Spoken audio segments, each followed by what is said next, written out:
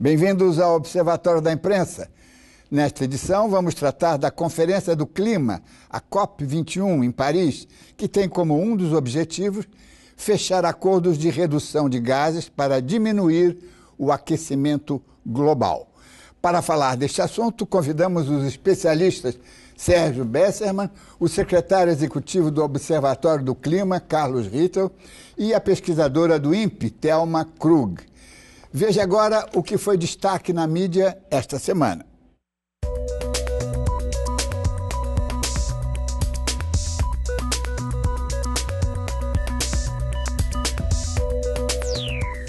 Entende-se por que a grande mídia colocou panos quentes na crise militar esboçada na semana passada. Ela não queria adicionar um ingrediente sabidamente explosivo a um conjunto de turbulências que em breve completarão um ano em atividade. Mas não cabe à imprensa decidir o que pode ser ou não ser noticiado. Nas democracias, a função da imprensa é informar. Informar sempre. Informar tudo. O grau de desenvolvimento de uma sociedade mede-se por sua transparência e sua capacidade de gerar e acumular conhecimentos. Esconder fatos só os torna mais letais. Submetê-los ao escrutínio público é a melhor forma de torná-los inofensivos, mesmo quando se trata da punição de um general 4 estrelas. Agora é a vez da atriz Thaís Araújo, do seriado Mr. Brown, da Globo, ser insultada numa rede social de grande visibilidade por uma manada racista. A jovem não se intimida com a chincalhe nem com o linchamento. Encara os agressores com muita coragem e faz questão de manter as ofensas. Não pretende apagá-las da sua página porque logo estarão soterradas pelas mensagens de solidariedade e de repúdio. O deputado Eduardo Cunha, presidente da Câmara, está prestes a ganhar uma nova alcunha de aprendiz de feiticeiro. No início do ano, ele se imaginava invencível e infalível, dono do mundo, certo de que ninguém ousaria desafiá-lo, seja no plenário da Câmara, seja nos bastidores dos palácios, seja nas ruas. Na semana passada, o deputado foi alvo de aguerridas manifestações de mulheres, no Rio e em São Paulo, indignadas com a sua iniciativa de dificultar ao máximo qualquer tentativa de aborto legal, garantido pela Constituição. O aprendiz de déspota está sendo contestado pelos pares, incomodados com o fato de serem presididos por um quanto mais recebedor de propinas, e também por correligionários que, enfim, perceberam o desgaste causado por sua atuação na imagem das confissões evangélicas. Eduardo Cunha sabe criar confusões, mas está longe de saber como sair delas. O novo vazamento de dados sigilosos do Vaticano desta vez foi praticado por um monsenhor espanhol, Valerio Balda, associado a uma consultora italiana, Francesca Chaucchi, que já fizeram outras malfeitorias e agora estão presos. Acontece que o sacerdote Balda é membro da poderosa Opus Dei, que no Brasil, como se sabe, tem fortíssimas conexões com as maiores empresas jornalísticas. Resultado, nesta terça, quando foi revelada toda a extensão do escândalo, nem o Globo nem a Folha mencionaram a ligação do padre Balda com a poderosa Opus Dei. Apenas o Estadão, que ofereceu modestíssima cobertura ao caso, teve suficiente independência para revelar a perigosa conexão. Eduardo Cunha, por enquanto presidente da Câmara dos Deputados, não está à beira de um ataque de nervos. Ele surtou. Desta vez, não é uma perfídia aprovada em manobra espúria. São duas. Sua tropa de choque evangélica aprovou, numa comissão especial, proposta de emenda constitucional permitindo que qualquer igreja questione regras e sentenças do Supremo Tribunal Federal. É uma aberração. Afronta ao princípio constitucional que garante a laicidade e a democracia e a isonomia da República Brasileira. As religiões, qualquer uma, não podem colocar-se acima dos poderes constituídos, principalmente o judiciário. Religião é coisa subjetiva. A outra perfídia do desesperado Eduardo Cunha aconteceu há 15 dias. Foi denunciada aqui neste observatório e, na noite passada, chegou ao Senado, que, por um acordo de líderes, aprovou regras para o direito de resposta que ainda não haviam sido regulamentadas. A manobra de Eduardo Cunha foi denunciada pela Folha de São Paulo, reforçada neste observatório e caiu no vazio. Eduardo Cunha é rápido no gatilho, mas ele esquece que qualquer proposta do Congresso que trata da mídia precisa passar antes pelo Conselho de Comunicação Social. Eduardo Cunha só quer fazer barulho. Não lhe interessa de maneira nenhuma o bem público. Você já pode participar do debate com o seu comentário através de nossas redes sociais, no site do Observatório da Imprensa. Parte substancial da população do mundo tem alguma noção de que as alterações climáticas resultam da intervenção humana. O problema é que esta percepção, embora gravíssima, se manifesta de maneira algo distante. A culpa é sempre do outro, dos governos, que não fazem o suficiente para proteger a natureza. Como se num país democrático a sociedade funcionasse como uma entidade à parte, descomprometida com as ameaças à sua volta. A intervenção humana na natureza é um fato concreto, comprovado cientificamente, e apesar da sua gravidade, é encarado fatalisticamente e tratado como se fosse vontade divina. Esta irresponsabilidade se manifesta há milênios de forma irresponsável. Florestas derrubadas, oceanos poluídos, espécies extintas, lagos e rios aterrados e o acúmulo milenar de negligências é sempre atribuído aos outros.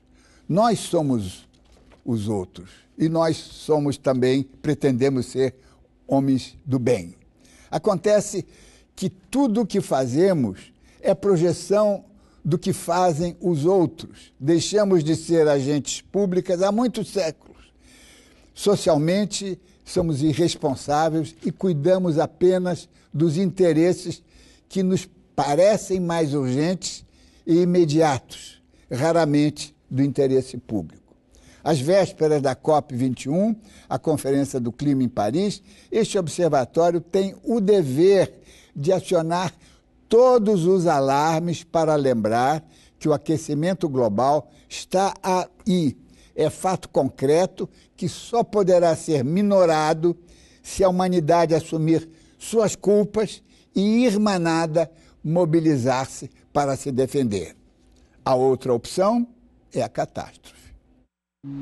Imagens como esta de uma geleira derretendo são cada vez mais comuns nas regiões mais frias do planeta. Um estudo realizado recentemente por cientistas de diversos países reforçou o alerta do perigo que representa o aquecimento global. Segundo pesquisadores, até o ano de 2020, o nível do mar pode subir até 14 centímetros em cidades como o Rio de Janeiro. Por volta de 2080, esta elevação pode atingir 82 centímetros e as temperaturas ficarão 4 graus acima da média atual. Mudanças provocadas pelas emissões de gases que agravam o efeito estufa. Reduzir a poluição é o único caminho para evitar essas transformações no clima, que podem deixar diversas cidades e pequenas ilhas encobertas pela água. Mas será que é possível manter o desenvolvimento econômico sem agredir o meio ambiente? Porque se você tem um problema ambiental, um problema da mudança climática, é porque você tem relacionado a isso um processo de modelo de desenvolvimento que vem causando esse problema. Então, se você não discute esse modelo como uma causa, e por isso que é importante você mudar de modelo, para você não repetir esse problema no futuro, você não vai ter como enfrentar isso. Você pode talvez enxugar gelo, mas você realmente não vai ter enfrentamento. É possível conciliar crescimento, aumento de emprego com redução de emissões.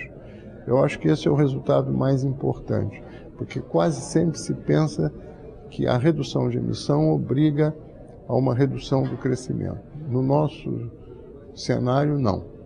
No dia 30 de novembro, começa em Paris a COP21, a Conferência das Nações Unidas sobre Mudanças Climáticas. Representantes de 196 países vão tentar chegar a um acordo para reduzir a emissão de gases poluentes. Reuniões prévias foram realizadas. O governo brasileiro já anunciou que pretende apresentar uma proposta ambiciosa, seguindo o acordo firmado recentemente com os Estados Unidos. O Brasil já se comprometeu a recuperar 12 milhões de hectares de florestas até 2030 e pretende aumentar a produção de energia gerada de fontes renováveis. China e Estados Unidos, que são os dois países mais poluidores do mundo, também anunciaram avanços e se comprometeram a reduzir a emissão de CO2. A causa ambiental ganhou apoio do Papa Francisco, que fez um apelo para que as negociações da COP21 sejam efetivas e levem a uma mudança verdadeira. I hear, full commitment from all countries that they want an agreement in Paris. They realize the urgency of this. They realize that we've been working on this for a long time.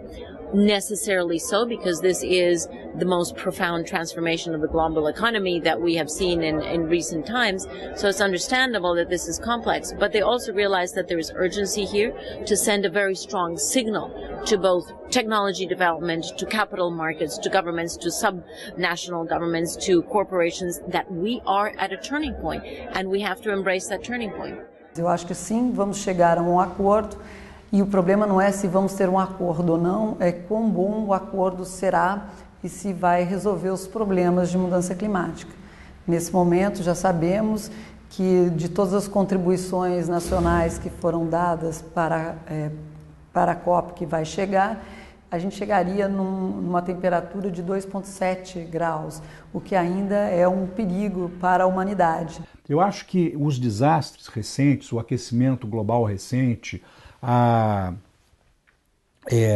o fato de que a gente tem tido uma sucessão de anos muito quentes, com ondas de calor que matam pessoas, ao mesmo tempo alguns invernos muito rigorosos, enchentes calamitosas, né?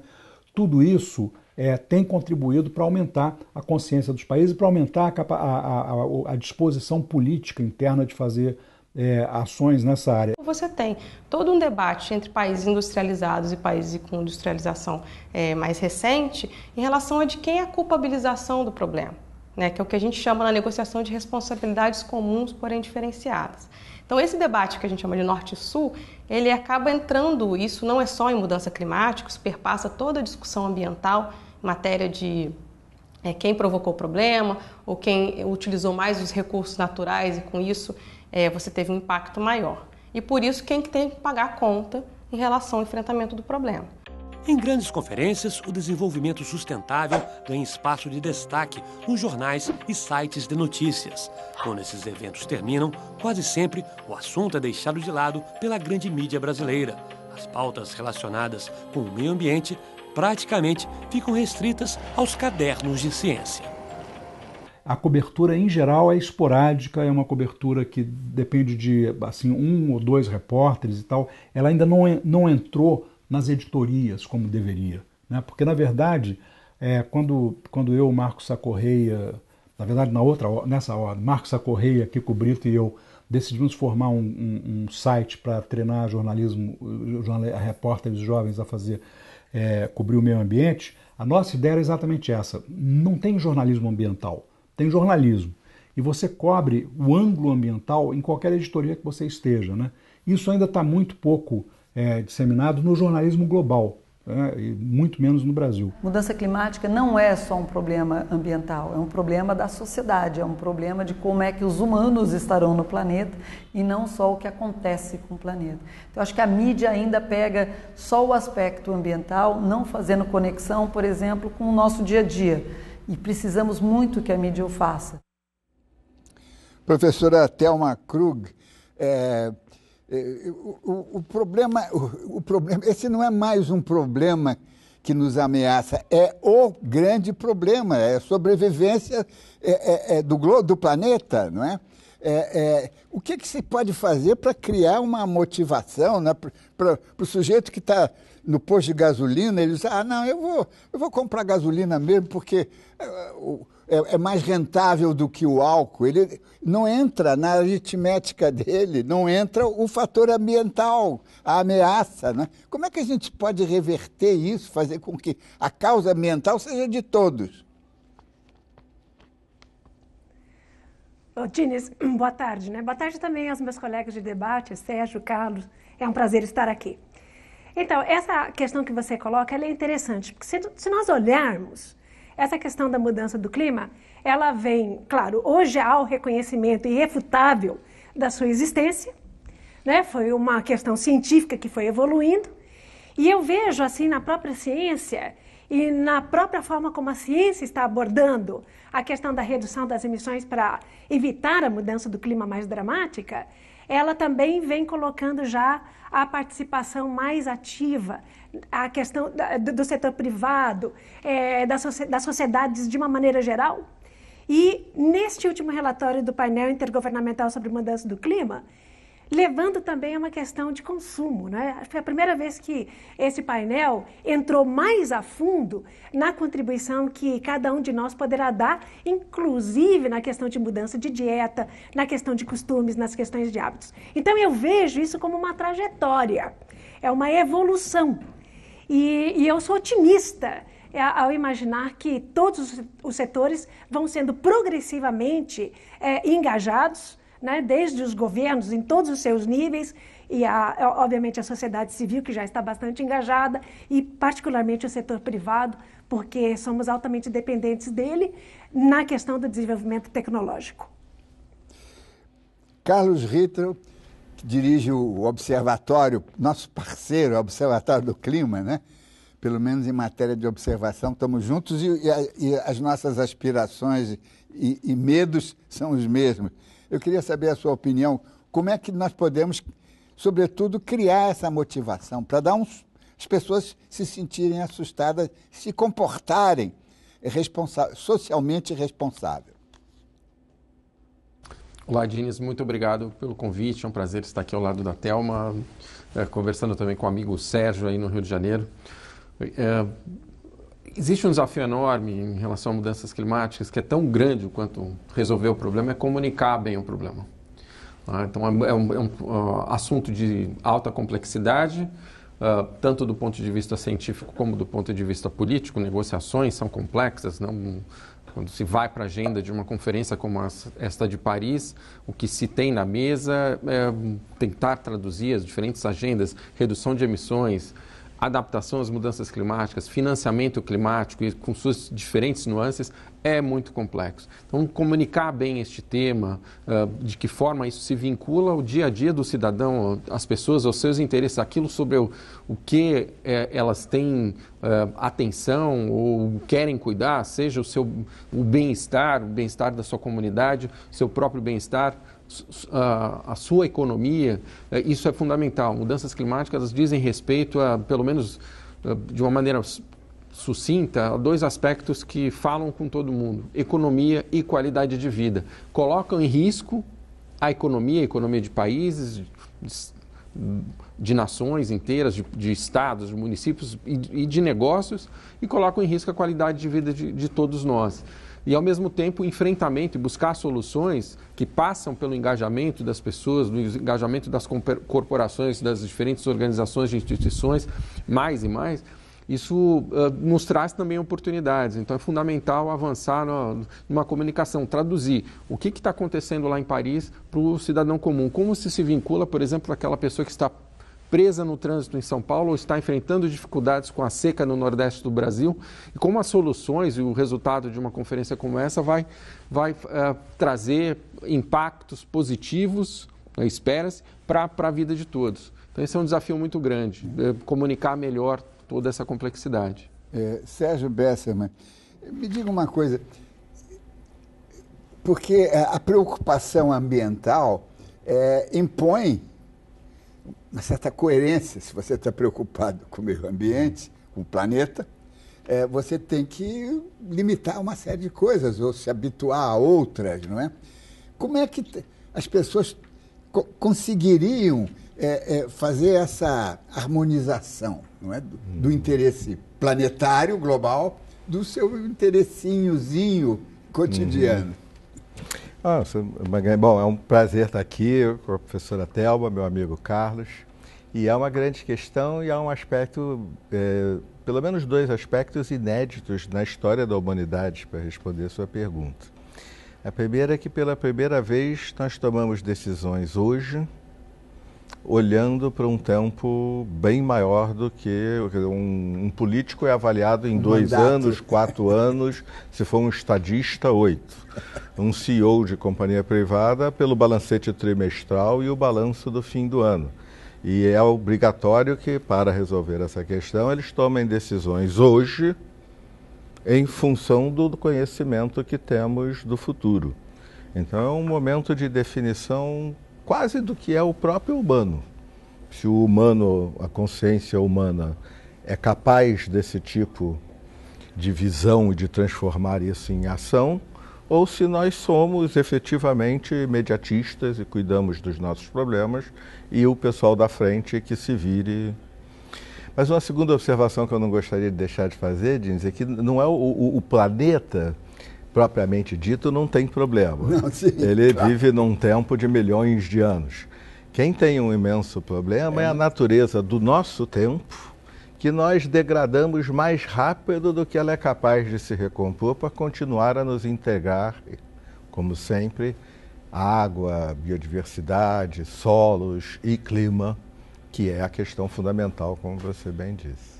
Agora, você acha que, só para concluir esse capítulo, quando chega, por exemplo, no desenvolvimento econômico, como é que se consegue? Essa é a segunda questão. Eu realmente esqueci, eu mencionei a questão do tempo. A segunda é que, pela primeira, não chega a ser a primeira, porque a luta contra as armas nucleares foi uma grande questão global, o Protocolo de Montreal, mas essa é a primeira vez que se impõe uma decisão necessariamente global. E a governança global, ela não está sendo capaz de lidar com nenhum problema, nem com a crise da Grécia, nem com a grande recessão de 2008, nem com a Síria, nem com situação nenhuma. Nós, mesmo na hipótese de termos um bom acordo em Paris, no sentido de somar contribuições nacionais capazes de limitar as emissões num patamar razoável, não há obrigação nenhuma. Não há penalidade para quem não cumprir, e se houver, é teatro. Isso ainda vai gerar muita confusão de comércio exterior e assim por diante. Então, a sua pergunta, é preciso que o preço de esquentar o planeta entre no preço de tudo. Isso é uma gigantesca revolução. Porque se todo mundo fosse igual em carbono, tudo bem. Mas é muito diferente entre países, empresas, setores, cidades, etc. Então, cada um tem que se ajustar a uma nova realidade muito subitamente. Vamos fazer uma pequena pausa e o Observatório da Imprensa volta em instantes.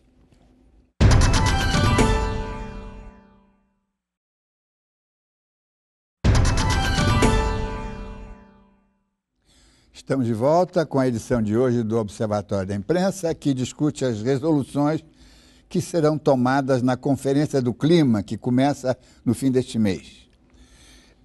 Doutora Thelma, professora Thelma, essa questão que o Sérgio Bessermann tocou, de como... Quer dizer, o planeta está aí, ele vai ficar bilhões de anos, mas cada vez nós estamos modificando as coisas, não é? E somos responsáveis por ela, quer dizer, essa consciência de que a responsabilidade não é do Todo-Poderoso, por mais poderoso que seja, mas a responsabilidade é nossa. Isso implica em adoção de políticas econômicas, não é? Quer dizer, a ideia do desenvolvimento e prosperidade trabalhando as fábricas trabalhando em 3 turnos, isso é uma coisa que precisa ser pensada sob o ponto de vista também ambiental. Como é que a senhora explicaria isso para o nosso telespectador? Eu vejo o seguinte, não é? Numa visão que não é pessoal, mas eu acho que é bastante compartilhada também. Se nós olharmos sob o ponto de vista dos negociadores, os que estarão em Paris negociando, eles já acordaram uma meta de longo prazo, que seria ter um aquecimento de no máximo 2 graus centígrados com relação aos níveis pré-industriais, né? Então, essa é uma meta bastante ambiciosa. Não que ela já não traga em si impactos que vão afetar o social, o econômico, o ambiental, né? Ou seja, já traz, embora diferenciadamente, ou seja, impactos em diferentes regiões, né, sendo afetados diferentemente em setores também. Então, essa já é uma coisa interessante. Já houve essa visão, essa meta de longo prazo dessa redução.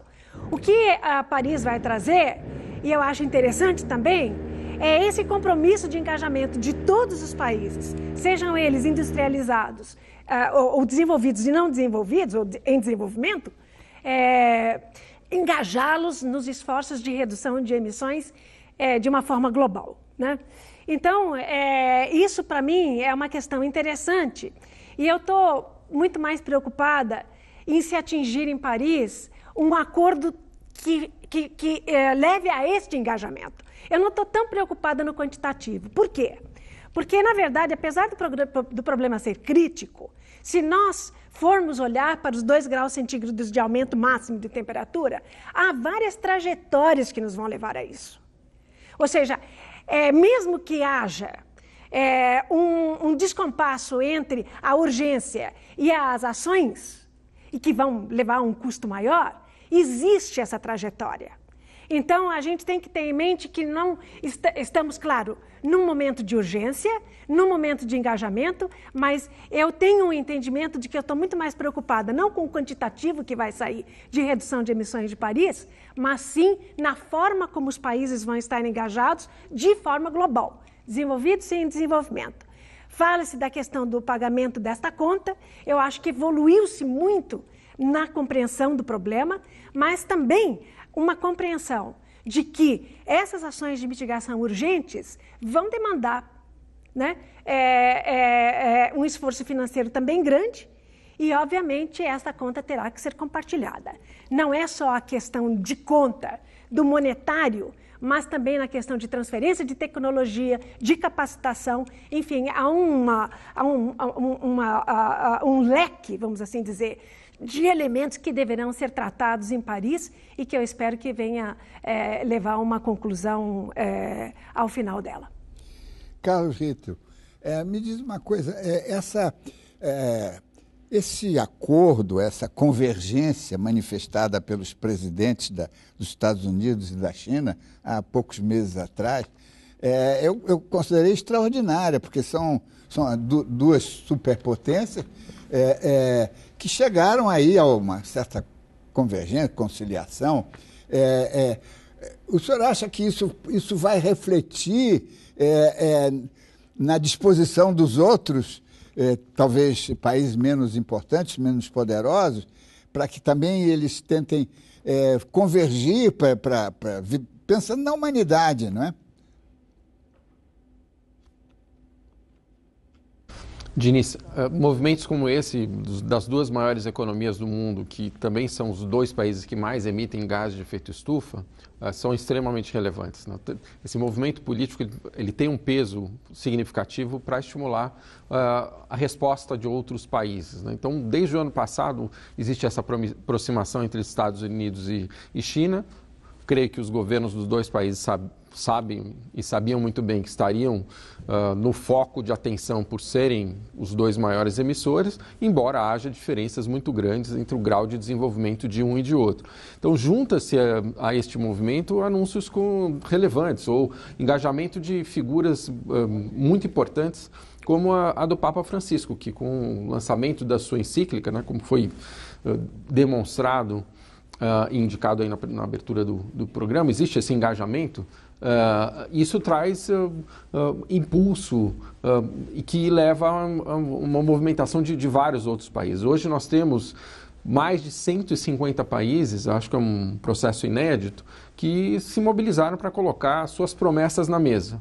Dizer o que pretendem fazer para contribuir para o esforço global de redução de emissões, para contribuir para esse acordo global a ser negociado até o fim da Conferência de Paris. Então, acho que é extremamente relevante. Mas não são os únicos movimentos importantes, né? Quando a União Europeia, que é um país muito importante do ponto de vista multilateral, pela sua economia, na geopolítica mundial e também do ponto de vista de emissões e na própria negociação de clima também anuncia a sua meta, isso tem importância. Agora, quando países em desenvolvimento, como o próprio Brasil, coloca uma meta na mesa e anuncia o seu compromisso, isso acaba levando ao movimento de outros países. E todos esses se conversam. Os Estados Unidos teve reuniões bilaterais com a China, com o Brasil, com a Índia e com outros atores também, com outros países que são importantes na negociação. Assim como o Brasil teve uma declaração conjunta com o presidente Obama, houve uma declaração conjunta entre a presidente Dilma e a chanceler Angela Merkel, houve também uma declaração conjunta entre governos de Brasil e China. Isso acaba trazendo impulsos interessantes e movimenta todas as peças do tabuleiro, eles acabam tendo que reagir de uma certa forma a esses movimentos. É muito significativo, sim, entre China e Estados Unidos, porque a maneira como esses países se posicionam e como eles vão evoluir nas suas posições na negociação internacional terá reflexos, inclusive, para o sucesso da Conferência de Paris. Sérgio Bessemer, considerando o nível intelectual e as aspirações espirituais dos nossos congressistas atuais, sobretudo na Câmara, você acha possível que eles possam ser reeducados ou educados para ter uma consciência mínima em matéria ambiental? Porque o que nós estamos vendo é o descalabro, não é? Eles só pensam no interesse imediato deles. Né? Gênesis, acho que taxa de retorno de político é voto.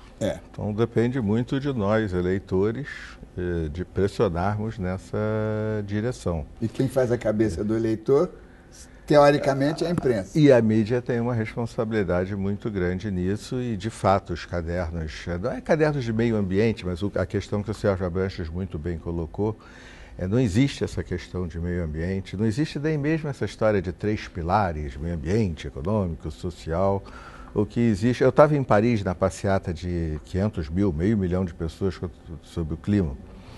E a passeata de norte-americana é muito diferente da passeata brasileira. Né? Aqui é tudo misturado, lá é por tribo. O cartaz das professoras primárias era assim: Teach Science, Climate Change is Real. Ensine ciência, mudanças climáticas são reais. E uma menina nos ombros do namorado, espero que seja namorado, porque ela estava bem confortável. Ela fez o próprio cartaz e dizia assim: é tudo conectado. It's all connected. Só existe uma ciência, a ciência da história, já diziam 2 jovens, Karl Marx e Friedrich Engels, do século XIX. E a história econômica, por exemplo, como sair da grande recessão de 2008, nós só saímos da de 29, não foi só por causa do esforço fiscal da guerra, foi quando toda uma tecnologia, a norte-americana, se disseminou pelo mundo, gerando investimentos. A nova revolução tecnológica é a do baixo carbono, como a professora Thelma mencionou. Então, para sair da grande recessão de 2008, não vai ser com gasto de governo, com consumo de pessoas, vai ser com investimento nessa direção. A questão social. Não é o Greenpeace ou o WWF, do qual eu faço parte, o ACI, que eu faço parte. O Banco Mundial num documento de 6 meses atrás, diz que as mudanças climáticas ameaçam todos os ganhos contra a pobreza dos últimos 20 a 30 anos, que foram os anos mais generosos desse ponto de vista. Então, é tudo uma coisa só. E essa compreensão de que o interesse individual, mas também o interesse coletivo, a competitividade do país, a vulnerabilidade dos mais pobres, está relacionada a nós agirmos em relação à natureza do planeta de modo irresponsável, como se fosse de graça. Como se Deus tivesse arrependido e mandado o arcanjo Gabriel com uma bandeja dizendo sirvam-se, sirvam-se. Não é assim, não é de graça. Então tem que entrar no preço e na consciência das pessoas. Mas tem que entrar no preço também. Teoria dos jogos mostra que consumo consciente é muito importante, mas se não for internalizado nos preços de tudo, dificilmente haverá a velocidade necessária para evitar os piores cenários. O problema é da velocidade, não é? Quer dizer... E uma velocidade que não somos mais nós que controlamos. Se o comércio exterior atrasa, o comércio exterior atrasou.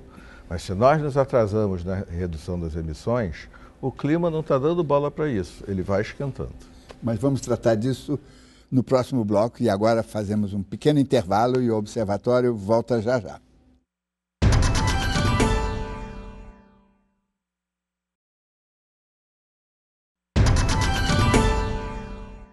O Observatório da Imprensa está de volta com o programa que faz uma avaliação da cobertura da mídia sobre o meio ambiente.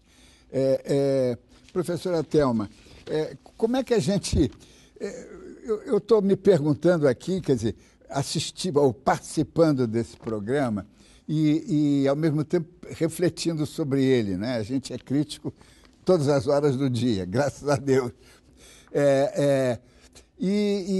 Será que essas reflexões, essas motivações que surgem aqui, e, sobretudo, as vocalizadas por 3 grandes especialistas que participam desse programa, será que isso vai consolidar, vai criar uma base de comportamento e vai se criar uma bola de neve para que as pessoas comecem a considerar o fator ambiental como uma coisa ameaçadora, não é?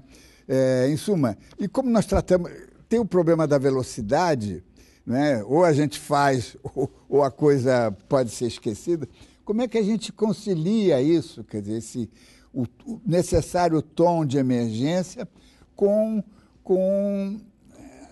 a natureza ou o ritmo menos urgente que tem os grandes movimentos sociais, né? Então, Diniz, eu vejo da seguinte forma, quer dizer, tratar a questão da mudança do clima, ela vai envolver vários tipos de mudança, mas não é só a mudança que vai resolver o problema, ou seja, mudança na questão de consumo, no engajamento, naquela questão de consciência ambiental, ela é parte da solução, né? E aí eu tenho uma visão de que essas coisas são progressivas. Você não tem aquela coisa de o choque, né, da consciência ambiental. Eu acho que isso vai se criando e a mídia ajuda muito nisso. E não é só com as crianças que eu vejo que essa conscientização ela vai pegando todas as camadas sociais, né, e pegando todo mundo. Você pega, por exemplo, essa questão hídrica. Se a gente olha aquelas imagens de impacto, não tem jeito de você abrir a torneira na sua casa e não imaginar que você talvez esteja desperdiçando. Então são imagens. Então eu vejo a mídia muito, muito importante dentro desse processo, assim como eu vejo as escolas, eu vejo a educação como fundamental dentro desse processo de conscientização. Por outro lado, como eu disse, eu vejo isso como parte da solução do problema, mas nós precisamos de muito mais. Nós vamos precisar muito de um desenvolvimento tecnológico ambicioso, forte, e não é só a questão do desenvolvimento tecnológico, é como tornar essas tecnologias acessíveis aos países em desenvolvimento particularmente, né? Ou seja, como fazer com que esses países possam mudar o desenvolvimento que ainda está em curso de forma a não ter que repetir os erros do passado que os países desenvolvidos fizeram. Quer dizer, isso parece um jargão, mas é isso aí. Ou seja, é a tecnologia disponibilizada de uma forma que seja factível de implementação pelos países em desenvolvimento. E a questão de capacitação também. Ou seja, esse é um esforço gradual que a gente já vê que está acontecendo.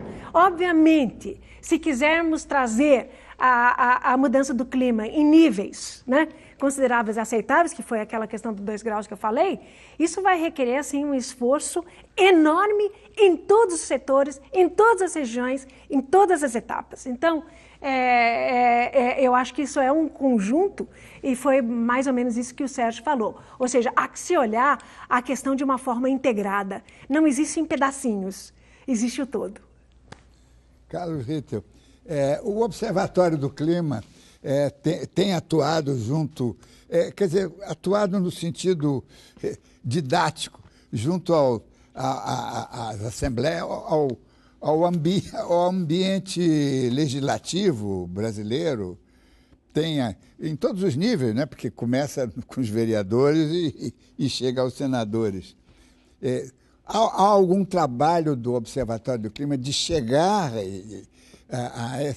a esses mandatários, representantes do povo, não é? Porque eles, teoricamente, estão aí para nos representar. Ao longo da sua história, o Observatório desenvolveu propostas sobre políticas voltadas para o enfrentamento das mudanças climáticas no Brasil e isso nos levou ao diálogo com diferentes atores, inclusive no Parlamento, no Congresso Nacional, em âmbito nacional. Nós somos uma rede que acaba atuando mais com esse enfoque no âmbito federal, no âmbito nacional. Participamos ativamente do diálogo, de processos de consulta e somos convidados com frequência para participar de audiências públicas para discutir como evoluímos no desenvolvimento de políticas públicas no Brasil, a respeito das mudanças climáticas, como estão evoluindo as emissões de gás de efeito estufa no Brasil nos diferentes setores, né, que é um trabalho técnico desenvolvido por organizações do Observatório do Clima, anualmente, né, um panorama das emissões brasileiras para justamente fomentar o debate sobre como estamos progredindo nas ações, nas políticas, medidas e ações que desenvolvemos para reduzir emissões nos diferentes setores, seja de desmatamento e degradação florestal, no setor de energia, no setor da agricultura e pecuária, e estamos com frequência em Brasília aí com essa interlocução. É lógico que com muito mais frequência com aqueles parlamentares que têm interesse nessa agenda, porque são eles que abrem os espaços para a participação, não apenas nossa, mas como de especialistas como a própria doutora Thelma Krug, e representantes de universidades, de instituições de pesquisa que vêm produzindo muita informação no Brasil. Mas é claro que o ambiente político, o ambiente do nosso Congresso Nacional hoje torna muito difícil com que agendas que são da maior relevância, do maior interesse do país, elas evoluam de forma adequada. E será fundamental. O compromisso a ser assumido pelo Brasil no âmbito desse novo acordo de clima, ele terá que ser traduzido de uma certa forma, ou de uma forma muito objetiva, num avanço, num progresso, num ajuste à lei que instituiu a Política Nacional de Mudanças Climáticas, que contém planos setoriais de mitigação e adaptação às mudanças climáticas, que inclui as metas que o Brasil possui hoje para a redução das suas emissões, para limitar suas emissões até o ano de 2020, mas não trata do dia seguinte.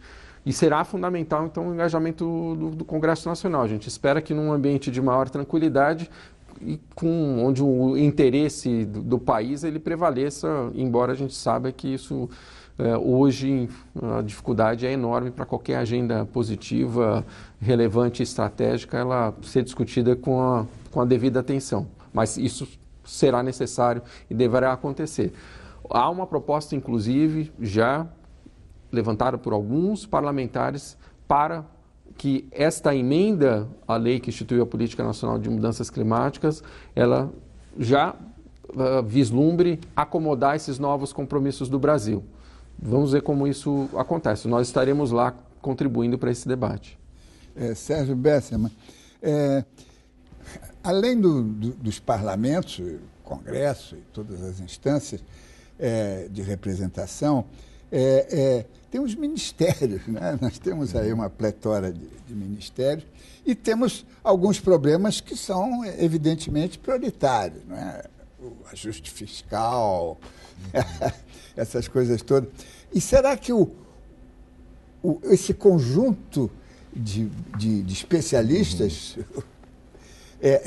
tem a mesma visão, eles estão afinados, o Ministério da Agricultura está convicto, está consciente de que também passa pelo Ministério da Agricultura parte dessas ações que o Brasil acordou? Com certeza não. A proposta brasileira é boa. A atuação da ministra do Meio Ambiente, Isabela Teixeira, também nas relações bilaterais, na formulação da proposta, junto com o Itamaraty, há vários setores do governo que sim são conscientes. E por incrível que pareça, mas estou seguro do que digo, meus dois colegas economistas nos cargos de ministro da Fazenda e ministro do Planejamento são economistas que conhecem perfeitamente mudanças climáticas. Mas o que não há é uma consciência daquilo que o Pinguelli, na entrevista inicial do programa, mencionou, que o Brasil é um dos raros países do mundo em que a transição para baixo carbono aumenta a nossa competitividade frente aos demais.